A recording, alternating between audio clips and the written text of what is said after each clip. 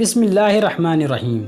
بہت مدت پہلے دور دراز کے ایک ملک میں یہ قانون تھا کہ اس ملک کے لوگ ہر سال اپنا بادشاہ تبدیل کرتے تھے۔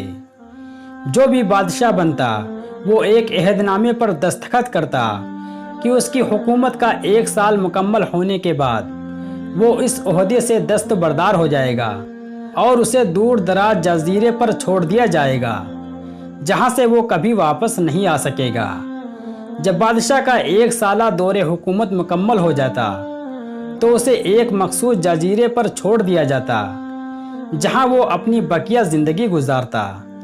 اس موقع پر اس بادشاہ کو بہترین لباس پہنایا جاتا اور پورے ملک کا الوداعی سفر کروایا جاتا جہاں وہ سب لوگوں کو آخری بار خیر آباد کہتا۔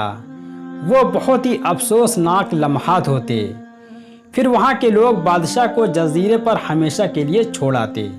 ایک مرتبہ لوگ اپنے پرانے بادشاہ کو جزیرے پر چھوڑ کر واپس آ رہے تھے کہ انہوں نے ایک ایسا سمندری جہاز دیکھا جو کچھ دیر پہلے ہی تباہ ہوا تھا، اور ایک نوجوان شخص نے خود کو بچانے کے لیے لکڑی کے ایک تختے کا سہارا لے رکھا تھا۔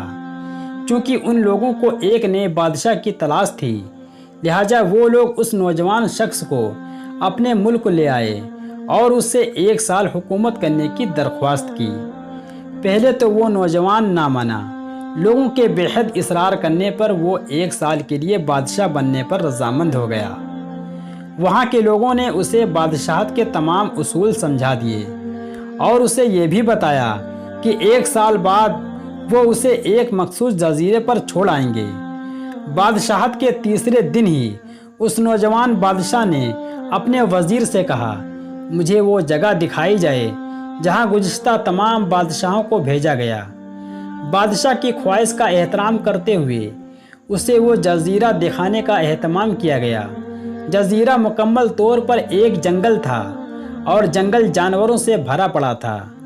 بادشاہ جائزہ لینے کے لیے تھوڑا اندر گیا۔ وہاں پچھلے تمام بادشاہوں کے ڈھانچے پڑے نظر آئے۔ وہ سمجھ گیا بہت جلد اس کا بھی یہی حال ہوگا اور جنگلی جانور اس کو چیر پھاڑ کر کھائیں گے۔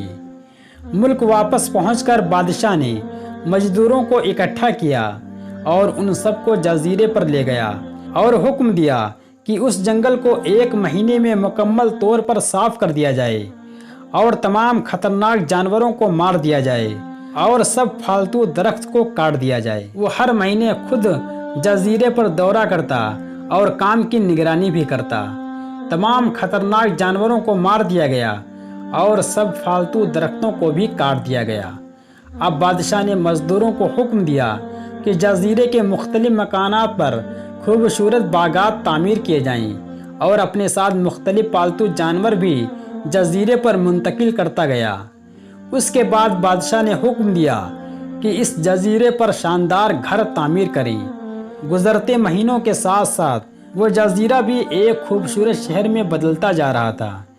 وہ نوجوان بادشاہ بہت سادہ لباس پہنتا اور اپنی ذات پر بہت کم خرچ کرتا۔ بالآخر بادشاہ کا 1 سال مکمل ہو گیا۔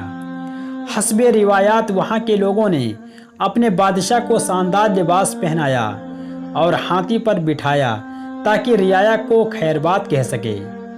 بادشاہ نے اپنی الوداعی تقریب پر بہت خوش تھا۔ لوگوں نے پوچھا، اس موقع پر تمام بادشاہ روتے ہیں لیکن آپ ہنس رہے ہیں، آپ کے اس قدر خوش ہونے کی کیا وجہ ہے؟ اس نوجوان بادشاہ نے جواب دیا، جس وقت تمام بادشاہ محل کی رنگینیوں میں کھوئے ہوئے تھے، میں اس وقت اپنے مستقبل کے بارے میں سوچتا تھا اور اس کے لیے لائحہ عمل تیار کرتا تھا۔ میں نے اب اس جزیرے کو ایک ایسی خوبصورت قیامگاہ میں تبدیل کر دیا ہے جہاں میں اب اپنی باقی زندگی نہایت آرام و سکون سے گزار سکوں گا۔ دوستوں، یہ کہانی آپ کو کیسی لگی؟ کومنٹ میں ضرور بتائیں۔ پھر ملتے ہیں ایسی اور کہانی کے ساتھ۔ تب تک کے لیے اللہ حافظ۔